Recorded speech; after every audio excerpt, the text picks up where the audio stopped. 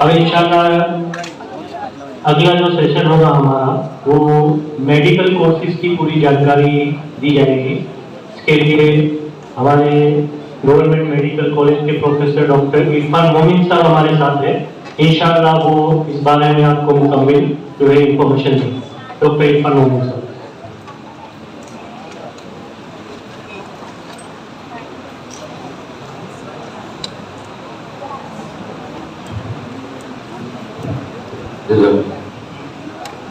अस्सलामु अलैकुम वरहमतुल्लाहि वबरकातुहू। माशाअल्लाह जी, मैं ये नई सिविल हॉस्पिटल है जो अपनी मजूरा गेट पे, उसमें गवर्नमेंट मेडिकल कॉलेज है, सरकारी मेडिकल कॉलेज, उसमें प्रोफेसर हूँ। MBBS और MD वगैरह सब यही कॉलेज से किया है। और आज हम देखने वाले हैं मेडिकल कॉलेज कोर्सेज के बारे में। तो आफ्टर 12th साइंस आपने अगर बायोलॉजी ग्रुप लिया है, ठीक है, बी ग्रुप और अगर AB ग्रुप, तीन ब्रांचेस है हमारे 12th साइंस के बाद। 12th साइंस में B biology group, other maths group और तीसरा जो है दोनों कंबाइंड मैथ्स एंड बायोलॉजी, ठीक है। तो ए ग्रुप जो होता है वो मैथ्स वाला, बी ग्रुप जो है वो बायोलॉजी और AB मैथ्स और बायोलॉजी दोनों। तो बायोलॉजी में बी और AB ग्रुप के बाद कौन सी फील्ड में हमारी कैरियर अच्छी बन सकती है उसके बारे में हम देखेंगे, स्पेशली मेडिकल फील्ड। तो मेडिकल फील्ड में सबसे पहले 12th साइंस के बाद बायोलॉजी ग्रुप आपने लिया है, तो 12th साइंस के बाद सबसे पहले जो कोर्स होता है वो MBBS जिसको बोलते हैं, ठीक है। 5.5 साल का कोर्स है, एलोपैथी ब्रांच है। इसमें 12th साइंस के बाद MBBS और BDS ये दोनों एलोपैथी ब्रांचेस हैं, ठीक है। और आउट ऑफ इंडिया अगर जाना है आपको तो एलोपैथी ब्रांचेस ही वैलिड हैं आउट ऑफ इंडिया, MBBS और BDS, ठीक है। तो MBBS के 5.5 साल का कोर्स के बाद 3 साल का MD और MS का कोर्स है, ठीक है। जिस फील्ड में सर्जरी की जाती है उसको MS कहते हैं, जिस फील्ड में सर्जरी नहीं होती उसको MD कहते हैं, ठीक है। दोनों पोस्ट ग्रेजुएशन है, MD और MS both after MBBS। Next, अब MD के अंदर जो ब्रांचेस हैं जिसमें इनकम वाइज ज्यादा है उसके हिसाब से ही मैंने क्रोनोलॉजी में अरेंज किया है सारी चीजों को। और ये पूरी मेरे प्रेजेंटेशन में क्रोनोलॉजी है। क्रोनोलॉजी मीन्स कि किसको पहले हमको चॉइस देना है। सबसे पहले हमारी चॉइस 12th साइंस डी के बाद किसकी रहेगी उसके हिसाब से ही मैंने अरेंज की है पूरी स्लाइड। तो सबसे पहले चॉइस हमको MBBS की देनी होगी। MBBS के बाद जब हम MD या MS करेंगे तो MD या MS के अंदर हमको उसमें भी कौन सी ब्रांचेस को पहले प्रायोरिटी देनी है उसके हिसाब से मैंने अरेंजमेंट किया है, ठीक है। कि जिसमें जनरली आजकल जो है इनकम देखी जाती है तो ये किस ब्रांचेस में ज्यादा इनकम होगी उसके हिसाब से है। अदरवाइज अच्छी ब्रांचेस की बहुत सारे क्राइटेरिया होते हैं जो यहाँ मैं आपको डिस्क्राइब नहीं करूंगा, ठीक है। तो सबसे पहले MD के अंदर रेडियोलॉजी यानी कि जो x ray, sonography, MRI, CT scan जो किया जाता है वो होते हैं रेडियोलॉजी। उसके बाद होता है पीडियाट्रिक, ये MD की ब्रांचेस है। MS की बात मैं बताऊंगा। MD में पीडियाट्रिक बच्चों में डॉक्टर। उसके बाद होता है जनरल मेडिसिन, जनरल मेडिसिन में हाइपरटेंशन, डायबिटीज वगैरह के जो डॉक्टर होते हैं, जनरल फिजिशियन जिसको बोलते हैं। उसके बाद एनेस्थेटिस्ट होते हैं, एनेस्थेटिस्ट यानी कि जो बेहोश करने वाले डॉक्टर होते हैं सर्जरी के वक्त में। उसके बाद स्किन डर्मेटोलॉजी, ठीक है, चामड़ी का डॉक्टर। साइकियाट्री, ठीक है, मगजना डॉक्टर, मगजना मतलब कि साइकोलॉजिकल इश्यूज, ठीक है, डिप्रेशन, टेंशन वगैरह सब। पैथोलॉजी, लेबोरेटरी जो चलाते हैं डॉक्टर वो। पल्मोनरी मेडिसिन, लंग्स के डॉक्टर, फेफड़ाना डॉक्टर, जो जनरली कोविड है, कोरोना, वो इनके अंदर में आता है। इमरजेंसी मेडिसिन जो इमरजेंसी आती है।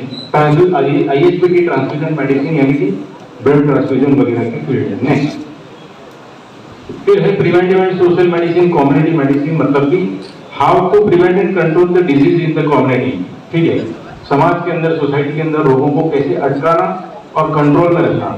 ये ब्रांचेस के अंदर आप एमडी करके WHO में ज्वाइन हो सकते हो, यूनिसेफ में ज्वाइन हो सकते हो, ठीक है, और कॉलेजेस में प्रोफेसर बन सकते हैं। नीचे की जो ब्रांचेस है, physiology, biochemistry, pharmacology, microbiology and forensic medicine, these are the basic sciences and basic subjects of the MBBS. ये एमडी करने के बाद आप मेडिकल कॉलेज में प्रोफेसर बन सकते हो। फॉरेंसिक मेडिसिन में पोस्टमार्टम किया जाता है। नेक्स्ट, उसके बाद जो है सर्जिकल ब्रांच, जिसमें सर्जरी की जाती है। सर्जरी के अंदर MS ऑर्थोपेडिक यानी हड्डी के डॉक्टर, फ्रैक्चर वगैरह जो देखते हैं। जनरल सर्जरी, जो जनरल सर्जन होते हैं जनरल सर्जरी करते हैं, जिसमें हमारी हर्निया, हाइड्रोसिल वगैरह। ऑब्स्टेट्रिक्स एंड गायनिकोलॉजिस्ट, डिलीवरी के डॉक्टर, ठीक है, और ऑप्थेल्मोलॉजी यानी आंख के डॉक्टर, ENT कान का डॉक्टर, और एनाटॉमी बेसिक सब्जेक्ट है। बॉडी का स्ट्रक्चर हमारा कैसे बना हुआ है, बॉडी का स्ट्रक्चर बेसिक सब्जेक्ट है MBBS का। ये करने के बाद MBBS में मतलब मेडिकल कॉलेज में आप प्रोफेसर बन सकते हैं। नेक्स्ट, आपने MBBS 5.5 साल का किया, उसके बाद 3 साल पोस्ट ग्रेजुएशन MD या MS करने के बाद फिर सुपर स्पेशलाइजेशन होता है मेडिकल फील्ड में, जिसको DM या MCH बोलते हैं। DM यानी कि जिसमें सर्जरी नहीं होती है उसको DM बोलते हैं, जिसमें सर्जरी होती है उसको MCH बोलते हैं, ठीक है। तो इसके अंदर नेक्स्ट 2 या 3 साल का सुपर स्पेशलाइजेशन का कोर्स होता है। 5.5 साल MBBS, 3 साल MD या MS और 2 या 3 साल सुपर स्पेशलाइजेशन। वो हाँ, cardiology, neurology, urology, nephrology. Cardiology यानी हार्ट के डॉक्टर, न्यूरोलॉजी मगज के डॉक्टर, यूरोलॉजी किडनी के डॉक्टर, नेफ्रोलॉजी किडनी के डॉक्टर, नियोनेटोलॉजी बच्चों के doctor, plastic surgery, oncology cancer का डॉक्टर, गैस्ट्रोएंटरोलॉजी पेट के डॉक्टर और पीडियाट्रिक सर्जरी। ये सारी ब्रांचेस हैं पोस्ट ग्रेजुएशन सुपर स्पेशलाइजेशन में। Next, BDS। मुझे एक सवाल यही आया था कि डॉक्टर साहब MD करना ठीक है या आगे DM करना जरूरी है। तो यहाँ पर तो हमारे ऊपर डिपेंड करता है कि भाई हम कहाँ कितना आगे जाना चाहते हैं। MBBS करके भी आप जनरल प्रैक्टिस कर सकते हो, दवाखाना, जैसे हमारे घर के आसपास में हमारे फैमिली डॉक्टर होते हैं जिसको जनरल प्रैक्टिशनर्स बोलते हैं। तो MBBS करने के बाद अपने घर के करीब आप दवाखाना खोल सकते हैं और वहाँ पर आपकी क्लिनिक चला सकते हो। इससे आगे आपको हॉस्पिटल खोलना है तो आप MD या MS कीजिए। उससे आगे आपको हायर इंस्टीट्यूट, बड़े इंस्टीट्यूट जो कॉर्पोरेट इंस्टीट्यूट होते हैं जिसमें सुपर स्पेशलिस्ट होते हैं, तो आपको उससे आगे जाना है तो आप आगे सुपर स्पेशलाइजेशन कीजिए, ठीक है। इट डिपेंड्स ऑन यू, हम आपको आगे कितना जाना है, कितना पढ़ना है। MBBS करने के बाद आप क्लिनिक खोल सकते हैं, MD MS करने के बाद आप हॉस्पिटल खोल सकते हैं। उससे आगे चल के आप सुपर स्पेशलाइजेशन करते हैं तो आप हायर इंस्टीट्यूट जो कॉर्पोरेट हॉस्पिटल्स होती है उसमें काम कर सकते हैं। इससे आगे चल के BDS, दांत के डॉक्टर, ये एलोपैथी ब्रांच है, ठीक है, 5 साल का कोर्स है। BAMS आयुर्वेदिक ब्रांच है। ये करने के बाद आप जो है आपके एरिया में क्लिनिक खोल सकते हैं, GP खोल, जनरल प्रैक्टिशनर्स बन सकते हैं। BHMS होम्योपैथी, ठीक है। तो ये जैसे MBBS क्लिनिक खोलते हैं हमारे घर के करीब में, ऐसे ही BAMS होते हैं, ये आयुर्वेदिक ब्रांच है। फिर उसके बाद BHMS होते हैं, वो होम्योपैथिक ब्रांच है। इससे आगे नेक्स्ट PUMS, ठीक है, यूनानी डॉक्टर। तो ये सारे जो डॉक्टर हैं MBBS, BAMS, BHMS और BUMS, ये करने के बाद आप जो है आप क्लिनिक कर सकते हैं, जनरल प्रैक्टिशनर्स बन सकते हैं, ठीक है, GP जिसको बोलते हैं हम लोग, जो दवाखाना होता है छोटा सा फैमिली डॉक्टर। उसके ये बैचलर ऑफ फिजियोथेरापी 4.5 साल का कोर्स है, जिसको कसरत ना डॉक्टर सादी भाषा में बोलते हैं हम लोग, कसरत जो करवाते हैं ना फिजियोथेरापी, 4.5 साल का कोर्स है, ठीक है। ये करके भी आप आउट ऑफ इंडिया जा सकते हैं। MBBS, BDS, फिजियोथेरापी, ये आउट ऑफ इंडिया में वैलिड है। इन सब में एडमिशन हमको नहीं मिला। देखिए, आप बहुत सारे बच्चे यही सवाल करते हैं कि हमको इसमें कि कैसे कौन सी ब्रांच को पहले सिलेक्ट करना चाहिए। तो मैंने पहले ही बताया आपको कि मेरी स्लाइड में क्रोनोलॉजी नहीं है कि पहले ये सिलेक्ट कीजिए, उसके बाद ये, इसके बाद ये, इसके बाद ये। अब ये सब में एडमिशन हमको नहीं मिला, तो इसके बाद BSc नर्सिंग। BSc नर्सिंग के अंदर भी बहुत अच्छे स्कोप हैं, बहुत अच्छे चांसेस हैं, इंडिया के अंदर भी और आउट ऑफ इंडिया भी। इंडिया के अंदर भी नर्सिस की बहुत स्कार्सिटी है और आउट ऑफ इंडिया तो बहुत ही अच्छी कैरियर है, बहुत अच्छा स्कोप है। और ये सिर्फ ऐसा नहीं कि सिर्फ लड़कियों के लिए है, लड़के भी नर्सिंग करते हैं, ठीक है, लड़के भी बीएससी नर्सिंग करते हैं और लड़के भी ये बीएससी नर्सिंग करके हॉस्पिटल में जॉब्स करते हैं, ठीक है। तो ऐसा ना समझे कि सिर्फ लड़कियों का कोर्स है, लेकिन इस पे हमको ध्यान देना है और इसमें एडमिशन मिल जाता है। बीएससी नर्सिंग के अंदर होता है, बीएससी नर्सिंग होता है और एक दूसरा कोर्स आता है जिसको जीएनएम बोलते हैं और एएनएम बोलते हैं, वो कोर्स भी आप कर सकते हैं। नेक्स्ट, इसके बाद बी फार्म और D pharm, bachelor in pharmacy and diploma in pharmacy, ये जो होते हैं वो दवाई के डॉक्टर, यानी कि जो डॉक्टर के वहाँ एमआर आते हैं, मेडिकल रिप्रेजेंटेटिव, वो है बी फार्म या डी फार्म। तो आप डॉक्टर के ये दवाई की फैक्ट्री, दवाई की कंपनी में आप काम कर सकते हैं, या तो दवाई की दुकान खोल सकते हैं, या तो फिर आपको जो है एज अ मेडिकल रिप्रेजेंटेटिव आप काम कर सकते हैं। इसके बाद होता है bachelor of occupational therapy. Bachelor of occupational therapy में आप, सूरत के अंदर बहुत सारी इंडस्ट्रीज है हमारी हजीरा में, ठीक है, बहुत सारी ओएनजीसी है, रिलायंस है, एलएनटी है, बहुत सारी इंडस्ट्रीज हैं, उसके अंदर ऑक्यूपेशनल थेरापिस्ट की जरूरत होती है, तो आप वहां जाकर जॉब कर सकते हैं। डी फार्म दूसरा है, आयुर्वेदिक और सिद्धा मेडिसिन में भी फार्मेसी होता है, डिप्लोमा इन फार्मेसी, वो भी आप 2 साल का कोर्स कर सकते हैं। नेक्स्ट, डीएमएलटी और डीएमएलटी, मेडिकल लैब टेक्नीशियन। एक डीएमएलटी यानी कि बैचलर है, डिग्री कोर्स है, और ये डिप्लोमा कोर्स है डीएमएलटी। ऊपर 3 साल का कोर्स है, ये 1 साल का कोर्स है प्रीवियस। तो इसमें आप लेबोरेटरी, जो लेबोरेटरी होती है, एमडी डॉक्टर होते हैं जिसमें पैथोलॉजिस्ट, उनके वहां लेबोरेटरी में आप जॉब कर सकते हैं। इसके बाद होता है bachelor of veterinary science and animal husbandry. इनको जानवर के डॉक्टर कहते हैं सादी भाषा में, लेकिन आजकल ये फील्ड भी अच्छा है, बहुत सारे लोग जो है डॉग्स और बहुत सारी जानवरों को पालते हैं और उनकी बीमारियां और उनका मेंटेनेंस, उसके लिए डॉक्टर की जरूरत पड़ती है। नेक्स्ट, इसके बाद होता है bachelor of naturopathy and yogic science, optometry, orthotics and audiology. Optometry यानी कि जो आंख के डॉक्टर होते हैं वहां एज ए टेक्नीशियन काम कर सकते हैं। ऑर्थोटिक्स एंड प्रोस्थेटिक्स, हड्डी के डॉक्टर जो होते हैं ऑर्थोपेडिक्स, उनके वहां आप काम कर सकते हैं एज ए टेक्नीशियन। और ऑडियोलॉजी, कान नाक गला डॉक्टर में क्या नाम है, एज ए ऑडियोलॉजिस्ट आप काम कर सकते हैं। नेक्स्ट, अब ये ध्यान में रखिएगा, ये चॉइस फिलिंग है कि हमको कौन सी कॉलेज में पहले प्रायोरिटी देनी है। बहुत से स्टूडेंट्स आते हैं कि सर हमको पहले कौन सी चॉइस लेनी चाहिए, कौन सी कॉलेज में जाना चाहिए। तो ये मैं बता दूं आपको कि जब तक हम स्कूल में पढ़ते होते हैं तब तक हम प्राइवेट स्कूल में ज़्यादा अच्छी पढ़ाई होती है as compare to other government school and other school, ये जनरल बात है। तो कॉलेज में आने के बाद बिल्कुल उल्टा मामला हो जाता है। गवर्नमेंट कॉलेज में सबसे ज्यादा अच्छी पढ़ाई लिखाई होती है और प्राइवेट में उसके कंपेयर में इतनी अच्छी नहीं है, इसलिए पहले प्रेफरेंस हमको गवर्नमेंट कॉलेज का देना है। और गवर्नमेंट कॉलेज में ऑलमोस्ट फ्री एजुकेशन है, फ्री तो नहीं बोल सकते, लेकिन अभी 1 साल की 25,000 फीस है, 25,000 पर ईयर गवर्नमेंट कॉलेज में, ठीक है। तो अब पूरे गुजरात में 6 government colleges are there, 6 government medical colleges are there and एक सेंट्रल गवर्नमेंट की सिलवासा है।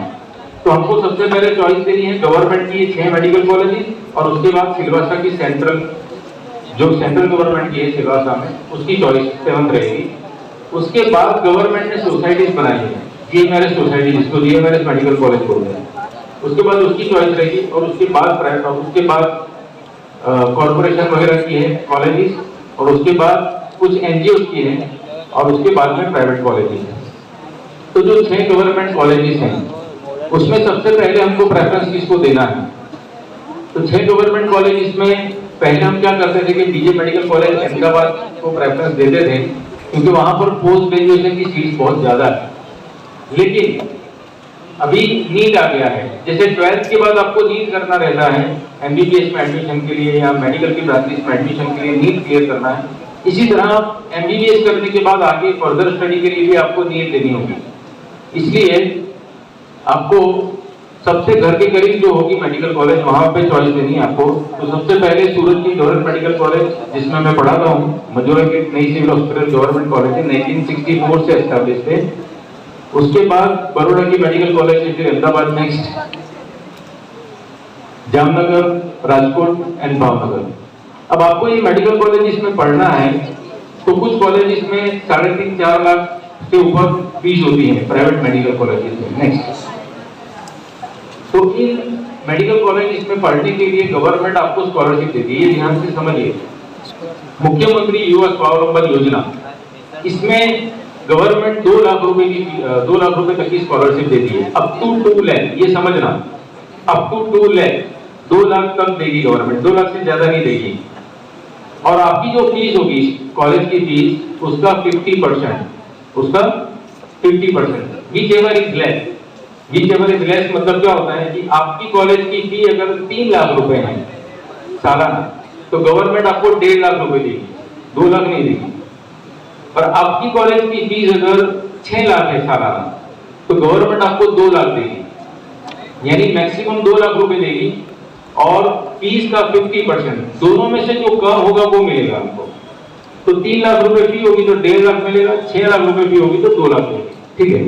तो ये ध्यान में रखें, इसके फॉर्म्स मेडिकल कॉलेज में भरे जाते हैं, हमारी कॉलेज में, वहां पे आप भर सकते हैं। नेक्स्ट, फिर बाद में ये है गवर्नमेंट की सोसाइटी की कॉलेजेस, ये मेडिकल कॉलेजेस जिसको बोलते हैं, जिसमें फीस होती है 3 लाख रुपए के आसपास होती है, ठीक है, 3.5 लाख, 4 लाख अलग अलग। तो सबसे करीब हमारी सूरत वालों के लिए मेडिकल कॉलेज में, तो मैंने गवर्नमेंट की कॉलेज बताई आपको, सूरत की मजूरा गेट वाली नहीं चॉइस। उसके बाद आपको नेक्स्ट चॉइस रहेगी ये यस वलसाड़, वलसाड़ है, वलसाड़ के बाद बड़ौदा, कोतरी में है, उसके बाद 16 अहमदाबाद है, नेक्स्ट, फिर गांधीनगर है, Patan, Junagadh, next, Himmatnagar, Vadnagar, Asarwa, GCS medical college है, नेक्स्ट। इसके बाद कॉर्पोरेशन की मेडिकल कॉलेज है अहमदाबाद में, और हमारी सूरत में जो सहारा दरवाजा पे मेडिकल कॉलेज है, जिसको स्मीकर मेडिकल कॉलेज बोलते हैं, वो कॉर्पोरेशन की है, ठीक है।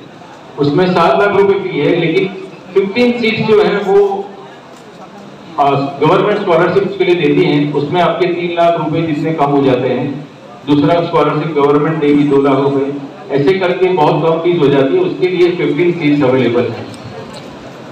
तो ये स्मीकर की सहारा दरवाजा पे। उसके बाद प्रमुख स्वामी मेडिकल कॉलेज करमसद, ये गुजरात की सबसे जूनी प्राइवेट कॉलेज है, नेक्स्ट। इसके बाद सुरेंद्र नगर, अहमदाबाद और अदानी भूज, ठीक है, नेक्स्ट। पारुल इंस्टीट्यूट और एमके साहब मेडिकल कॉलेज अहमदाबाद है, नेक्स्ट। बनास की पालनपुर में और जायडस की दाहोद में, नेक्स्ट। नडियाद, अमरेली, विजयनगर, सिलवासा, नेक्स्ट। ये सारी कॉलेजेस प्राइवेट कॉलेजेस हैं, लेकिन ये प्राइवेट कॉलेजेस में तकरीबन 6 लाख से लेकर 8 लाख 10 लाख रुपए तक की सालाना फीस रहती है। और इसमें एक ध्यान रखें, प्राइवेट कॉलेजेस में कभी कभी कुछ प्रॉब्लम्स होती हैं कि एक कॉलेज में ऐसा हुआ था कि सबने एडमिशन ले लिया बच्चों ने, उसकी सालाना फीस 6 लाख रुपए थी, 6 लाख रुपए, ठीक है। तो 6 लाख की जो फीस थी उसमें से सबने एडमिशन ले लिया बच्चों ने, तो उसमें से कॉलेज ने क्या किया कि एडमिशन हो जाने के बाद फीस बढ़ा दी, एडमिशन हो जाने के बाद क्या किया, फीस बढ़ा दी, और 2 लाख या 2.5 लाख रुपए जितनी फीस बढ़ा दी। तो 6 लाख की फीस का कितना हो गया, 6 लाख की फीस का कितना हो गया, हाँ। तो जो बजट था, माँ बाप ने जो प्लान किया था कि मेरे बच्चे को मैं इतना पैसा है मेरे पास और इतना पढ़ा सकूंगा, तो वो सब बजट जो है आपका खोरवा जाता है, ठीक है। इसलिए ये ध्यान में रखें प्राइवेट कॉलेजेस में एडमिशन लेने से पहले, ठीक है। नेक्स्ट, अब किसी को यहाँ इंडिया में एडमिशन नहीं मिला और उसको एमबीबीएस करना है, ठीक है, तो आउट ऑफ इंडिया भी एमबीबीएस होता है, जिसमें रशिया में सबसे ज्यादा जो ज्यादातर स्टूडेंट जाते हैं वो रशिया में जाते हैं। रशिया के बाद चाइना है और फिलीपाइंस वगैरह में जाते हैं, यूक्रेन है, ये सब जगह पर जाते हैं। लेकिन सबसे बेटर जो मैं बताऊं आपको तो फिलीपाइंस है। फिलीपाइंस में अच्छा रहता है एमबीबीएस करने के लिए और सस्ते में हो भी जाता है। सस्ता तो मतलब में नहीं बोलेंगे, 25 लाख रुपीस के अंदर पूरा एमबीबीएस होता है, ठीक है। सस्ता इसलिए बोल रहा हूँ कि इंडिया से ज्यादा कम पैसे में बाहर होता है, इंडिया में ज्यादा फीस होती है, आउट ऑफ इंडिया ज्यादा कम फीस में हो जाता है। नेक्स्ट, अब आपको बहुत सारे सवाल होते हैं कि भाई मेरे को कौन सी डिग्री है जिसमें हमको कौन सी एलिजिबिलिटी है, इसमें नीट देनी है नहीं देनी है, कौन सी कितनी कॉलेजेस हैं, कि कौन सी कॉलेज में कितनी सीट्स हैं और कितनी सीट्स के ऊपर कितनी फीस है, कौन सी कॉलेज रिकॉग्नाइज है, कौन सी कॉलेज रिकॉग्नाइज नहीं है, ये सब देखने के लिए हमको जो सवाल होते हैं वो सारा ये वेबसाइट जो है मेडिकल एडमिशन गुजरात जो पहली है MED gujarat.org, ये जो वेबसाइट है इसको आप डिटेल में मैं कहूँगा कि जितने बच्चे बैठे हैं वो सबको एक बार ये वेबसाइट देखनी चाहिए, बिकॉज हम हमारा करियर बनाना चाहते हैं, चाहे जिस भी फील्ड में बनाना चाहें, लेकिन हमको नॉलेज होना चाहिए। मेडिकल एडमिशन गुजरात के अंदर मेडिकल एडमिशन के रिलेटेड कितनी ब्रांचेस हैं, कितनी कॉलेजेस हैं, कौन सी कॉलेज में कितनी सीट्स हैं, कितनी कॉलेजेस रिकॉग्नाइज नहीं है, कौन सी कॉलेज में कितनी फीस है, ये सारी इंफॉर्मेशन, अच्छा कौन सी कॉलेज में लास्ट ईयर कितनी मेरिट में एडमिशन अटका था, ये सारी इंफॉर्मेशन आपको ये वेबसाइट पे मिलेगी। इसलिए मैं कहूँगा कि आप वेबसाइट नोट कर लीजिए, ठीक है। इसके बाद है collegedunia.com और collegedekho.com। इसके ऊपर आपको कॉलेज के बारे में, हॉस्टल कैसी है, हॉस्टल में फैसिलिटी कैसी है, हॉस्टल फीस कितनी है उस कॉलेज की, हॉस्टल की फैसिलिटी है या नहीं, वो सारी इंफॉर्मेशन आपको ये collegedunia.com और collegedekho.com पे मिलेगी। ये प्राइवेट वेबसाइट है, पहली जो वेबसाइट है वो गवर्नमेंट की वेबसाइट है, ऑथेंटिक ऑथोराइज्ड वेबसाइट। नेक्स्ट, इसके बाद है ओवरसीज कैरियर, जिनको आउट ऑफ इंडिया जाना है और MBBS करना है उनके लिए overseascareer.net वेबसाइट है। नेक्स्ट, ये मेरा प्रेजेंटेशन आपको अगर देखना है तो स्लाइड शेयर और ऑथर स्ट्रीम के ऊपर अवेलेबल है। स्लाइड शेयर और authorstream.com करके जो वेबसाइट है उस पर पूरा प्रेजेंटेशन अवेलेबल है, इसको आप डाउनलोड करके देख सकते हैं। आपके मेडिकल के बारे में जो भी और भी नेक्स्ट सवालात हैं वो हम टेबल के ऊपर देखेंगे। जज़ाकल्लाह खैर, थैंक यू।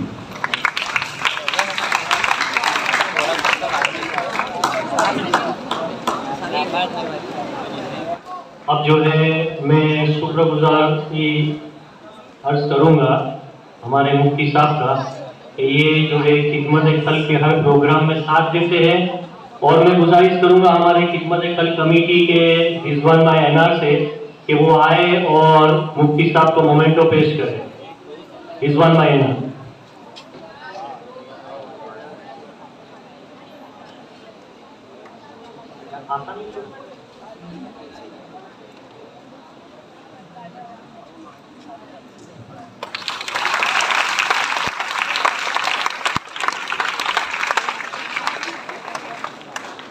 दूसरा इस प्रोग्राम के अंदर जो है ताउन किया है वो जनाब वसीम भाई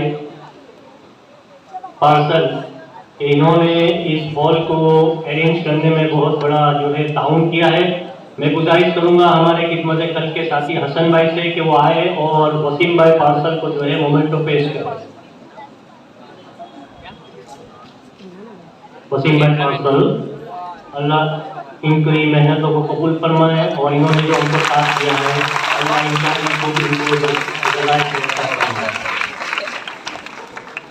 उसके अलावा इस थिएटर के जो है ओनर है हाजी चीनू भाई, हम इनका भी जो है इनका भी जो है तहे से शुक्रगुजार करते हैं।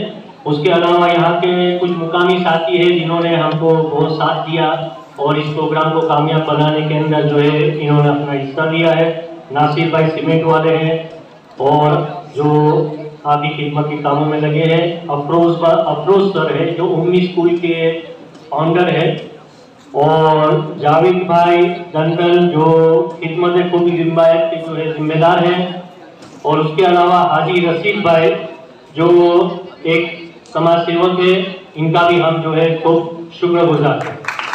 अल्लाह इन सब की जान मान में बरकत फरमाए और इनको खूब जज़ाए खैर फरमाए। अब जो है हम अपने आखिरी सेशन की तरफ जा रहे हैं जो एक बहुत अहम है। ये सारे जितने कोर्सेज हमने देखे अब इसकी फीस भी हमको बताई प्रोफेसर साहब ने और दूसरे हजरात ने, लेकिन पढ़ाई के एतबार से अब खर्च के एतबार से हर एक को जो है फिक्र होती है कि इसका खर्च कैसे निकाला जाए। माँ बाप को भी होती है, बच्चों को भी होती है। उसके लिए कई गवर्नमेंट स्कॉलरशिप स्कीम मौजूद है, लेकिन हम इसका फायदा नहीं उठा पाते। उसी की जानकारी के लिए मैं बुलाना चाहूंगा हमारे अब्दुल रज़्ज़ाक भाई वोला को जो बहुमाड़ी में नोडल ऑफिसर है और इस बारे में जो है आपको मुकम्मल जानकारी इंशाल्लाह देंगे, अब्दुल रज़ाक भाई होगा। इसलिए खूब इत्मीनान से इसको सुने, ये बहुत फायदे की चीज है।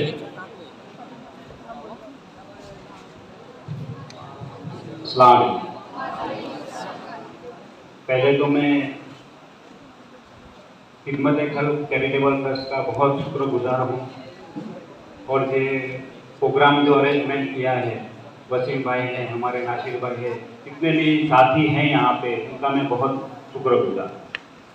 मैं आपके साथ बहुत टाइम नहीं लूँगा, लेकिन बहुत अहम बात है मेरी कि आपने सुबह से लेके 11 बजे से लेके अभी तक क्या 1 बजे तक तुमने सुना कि ये फील्ड है अपनी 10वीं के बाद, 11वीं के बाद, 12वीं के बाद ये फील्ड है। लेकिन सबके मन में आता है कि भाई फीस कहाँ से लाएंगे। सभी बच्चे सोचते होंगे कि भाई डॉक्टर बनना है तो 40 लाख रुपया चाहिए, 1 साल का 7 लाख रुपया चाहिए, तो अपने पेरेंट्स कहाँ से लाएंगे। अपनी कौम में फाइनेंशियल बहुत प्रॉब्लम है। टैलेंटेड बच्चे हैं हमारे पास, हमारा ये चौथा प्रोग्राम है सूरत के अंदर, लेकिन हमने देखा कि बच्चे ऐसे ऐसे कोने में है टैलेंटेड बच्चे, लेकिन उनको सही रास्ता नहीं मिल रहा है पढ़ने के लिए। हमने 4 प्रोग्राम किए, हमको ऐसे 15-20 बच्चे मिले कि हमारा मगज ऐसा हो गया कि ये बच्चे कहाँ हैं कोने में। पहली बात तो जो स्कॉलरशिप गवर्नमेंट देती है, माइनॉरिटी डिपार्टमेंट अपना जो है, आप में से कितने लोग स्कॉलरशिप लेते हैं? हाथ खड़ा करें। देखिए, ये 5-4 लोग हैं, इतने बच्चे बैठे हैं। मैं आपको शॉर्ट में समझा देता हूं कि गवर्नमेंट ऑफ गुजरात जो है आज की तारीख में, माइनॉरिटी डिपार्टमेंट जो अपना है, वो कम से कम 5,000 करोड़ रुपया पूरे इंडिया में माइनॉरिटी लेके देता है। आपको पढ़ना है, इतना पढ़ो, आपको बैंक लोन भी देती है बिजनेस के लिए, लेकिन अपने को पता नहीं है कि ये कहां से मिलता है और कैसे मिलता है। पहली बात कि गवर्नमेंट पैसा देती है, वो पैसा अपना वापस जाता है, यूज नहीं होता है। जैसे कि सेंट्रल गवर्नमेंट में से पैसा आया 5 करोड़ रुपया, 5 करोड़ में से सूरत डिस्ट्रिक्ट में आया 1 करोड़ रुपया, लेकिन यहाँ के जितने भी स्टूडेंट हैं वो फॉर्म नहीं भरेंगे स्कॉलरशिप का, तो वो पैसा हमारे जैसे अधिकारी के पास के कोई डिपार्टमेंट के पास आएगा, तो जो पैसा नहीं यूज होगा तो लिख के दे देगा कि भाई यहाँ पे किसी की जरूर नहीं, पैसों की जरूर नहीं। जब दूसरा साल आएगा तो गुजरात गवर्नमेंट या कोई डिस्ट्रिक्ट में अपने को जो पैसा गए साल दिया था उससे भी कम कर देगा कि भाई गए साल हमने 5 करोड़ रुपया दिया था तो यूज नहीं हुआ, तो एक काम करो 2 करोड़ दे दो, ये साल अपने ज्यादा नहीं देना है। तो 2 करोड़ में से भी 1.5 करोड़ वापिस चला जा रहा है। क्यों जाता है पैसा वापिस? कि अपने जो स्कॉलरशिप है वो गवर्नमेंट की नहीं लेते हैं, मालूमात नहीं है कैसे लेनी है। इसके लिए हमारे 2 सेंटर है, यतीम खाना 8वां गेट जो 7 साल से चल रहा है, सिमला स्कूल में 1 साल से चल रहा है, और दुआ करो हमारे ये प्रोग्राम 2 और बाकी है, उसके बाद में हम खिदमत-ए-खल्क में भी शुरू करने वाले हैं इंशाअल्लाह। और दूसरी बात कि लिंबायत में भी हम ऐसा सोच रहे हैं, आज की पोजीशन हमारे स्टूडेंटों को देख के लगा हमको कि यहाँ पे भी एक सेंटर चालू करना चाहिए कि लोगों को फायदा पहुंचे। इंशाअल्लाह दुआ आप भी कीजिए कि हम ऐसा काम कर सके। तो माइनॉरिटी डिपार्टमेंट जो है वो यहाँ पे जो स्टूडेंट है, पेरेंट्स है, वो 10वीं के हैं, 11वीं के हैं, 12वीं के हैं, लेकिन गवर्नमेंट एक फर्स्ट से देती है। जैसे कि प्री मैट्रिक स्कॉलरशिप है 1 से 10 देती है, 1 से 10 वालों को भी गवर्नमेंट पैसा देती है। उसके बाद आता है पोस्ट मैट्रिक स्कॉलरशिप जो 11-12 ग्रेजुएशन वहां तक देती है। उसमें फर्स्ट में देखने जाओ तो तुमको 2,000-3,000 रुपया स्कॉलरशिप आती है, सेकंड में देखने जाओ तो 10,000 तक स्कॉलरशिप आती है, तीसरे में मेरिट कम मींस स्कॉलरशिप देखने जाओ तो आईटी है, डिप्लोमा है, प्रोफेशनल कोर्स है, उसमें भी आपको कम से कम 25,000 से 40,000 तक स्कॉलरशिप मिलती है। जैसे आप डिप्लोमा किया 10वीं के बाद, आपकी फीस 20,000 रुपया है एक सेमेस्टर की, 2 सेमेस्टर का पैसा हुआ 40,000, तो आपको 20,000 रुपया गवर्नमेंट देगी। आपको पता है?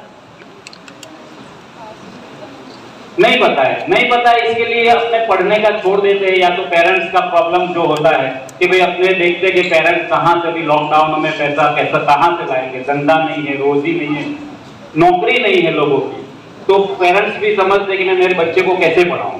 मेन प्रॉब्लम विटामिन एम का है, फाइनेंस, मनी। तो सेकंड नंबर में देखने जाओ तो मेरिट कम मीन्स भी है। बहुत अहम बात करने में यहाँ मैं क्यों कर रहा हूँ कि आज जो यहाँ पे गर्ल्स लोग हैं, यहाँ गर्ल्स बैठी हैं, वो गर्ल्स को खास सुनना है कि जो बच्चे 9वीं में, 10वीं में, 11वीं में और 12वीं में पढ़ रहे हैं, उनको बेगम हजरत महल स्कॉलरशिप दे रही है। 6,000 रुपया दे रही है, 9वीं, 10, 11 और 12वीं। आपको पता है इसमें कोई ने स्कॉलरशिप दिया है बेगम हजरत का? 2-3 लोगों ने लिया है। लेकिन मैं कहता हूं कि हमारे सेंटर की आप एक बार मुलाकात करो, आपको हर एक चीज वहां पे समझाया जाएगा। उसमें आपको हर साल तुमको 6,000 रुपया मिलता है गर्ल्स के लिए, ओनली फॉर गर्ल्स 6,000 रुपया। 9, 10, 11, 12 के लिए 6,000 रुपया है। उसमें 50% से ज्यादा होना चाहिए। जैसे कि 9वीं में आप पढ़ रहे हो तो 8वीं के अंदर 50% से आपका मार्क्स ज्यादा होना चाहिए, तो आपको 6,000 रुपया गवर्नमेंट देती है। लेकिन सब ऑनलाइन है। मेरा मानना ऐसा है कि तुम साइबर कैफे में ऑनलाइन करने जाएंगे तो 200-300 रुपया ले लेंगे।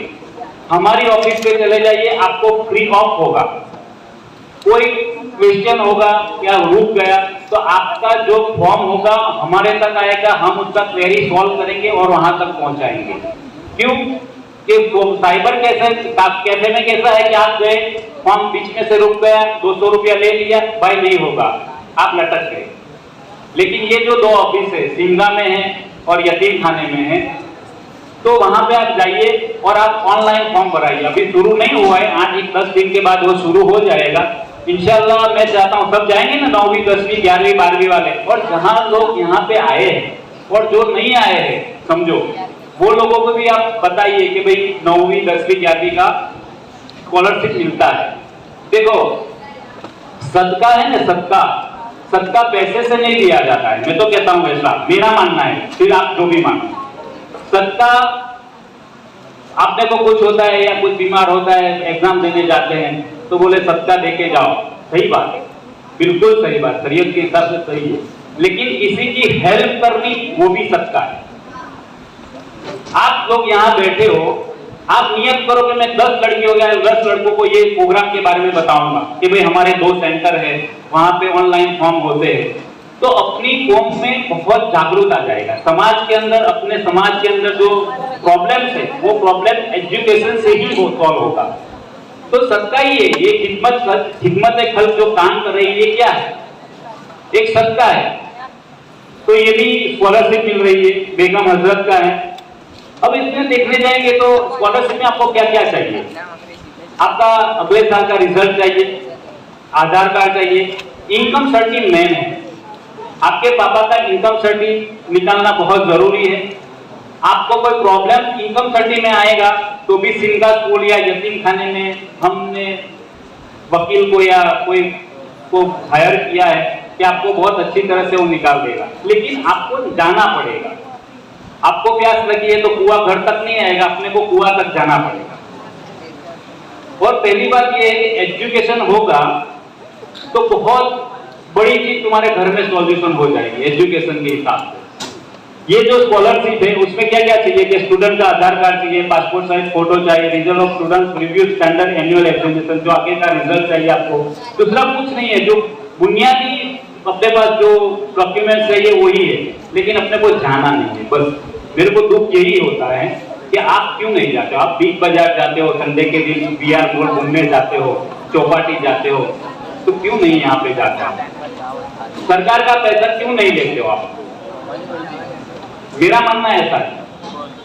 देखिए ये चीज पूरा लेके जाइए आप वहां पे, तो आपको फॉर्म फ्री में भर देंगे, जाएंगे इंशाल्लाह। और दूसरे को भी बताइए, क्योंकि अपना पैसा जो माइनॉरिटी का है वो माइनॉरिटी का पैसा अपना वापस जाता है।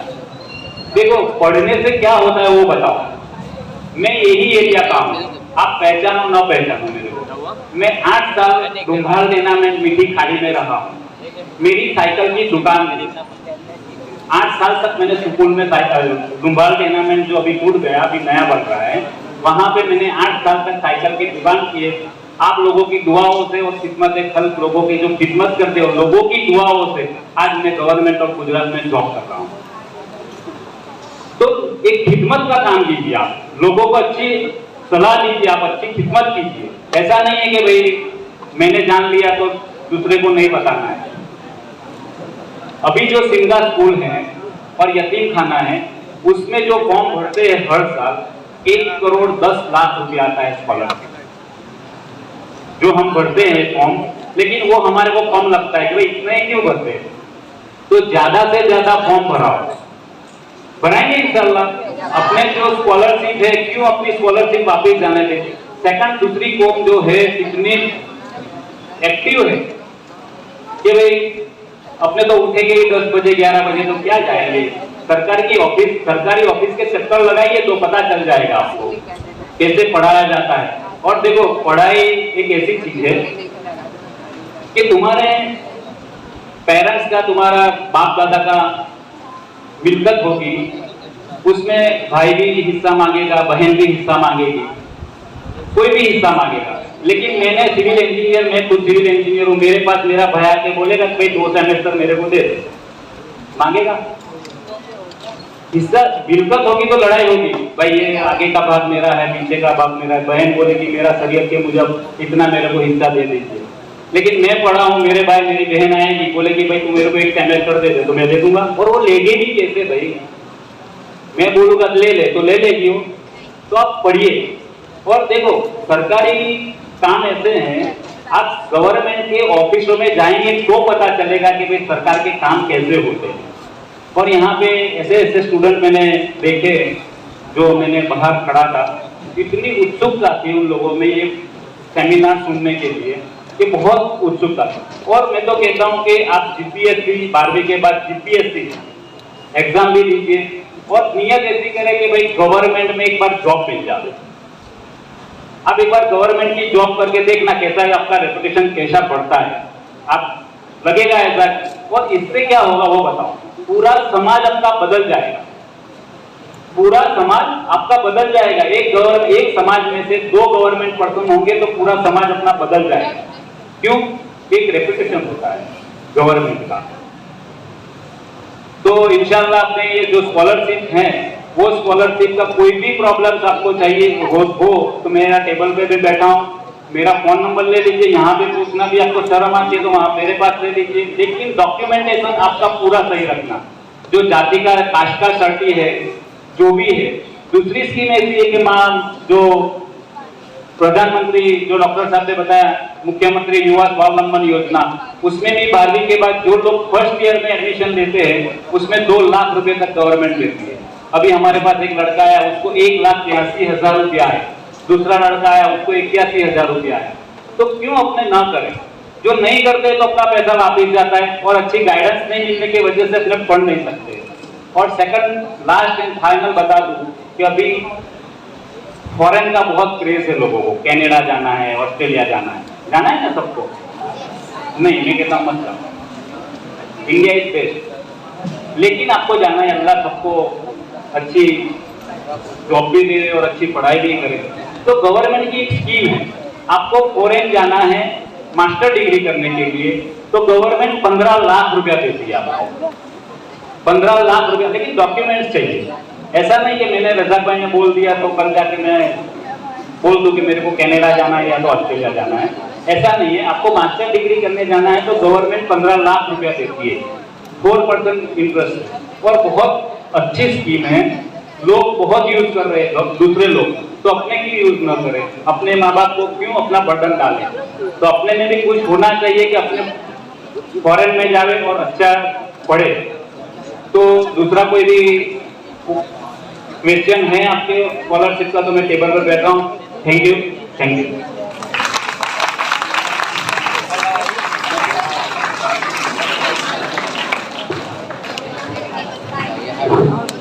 ये दो सेंटर है जिसके बारे में अब्दुल रज़ाक भाई बता रहे थे, इमदा स्कूल और यतीम खाने के अंदर जहाँ पर स्कॉलरशिप और एडमिशन के फॉर्म्स ऑनलाइन भरने में स्टूडेंट्स की मदद की जाती है। तो आप यहाँ से भी जो है इसकी इंफॉर्मेशन लेते हैं।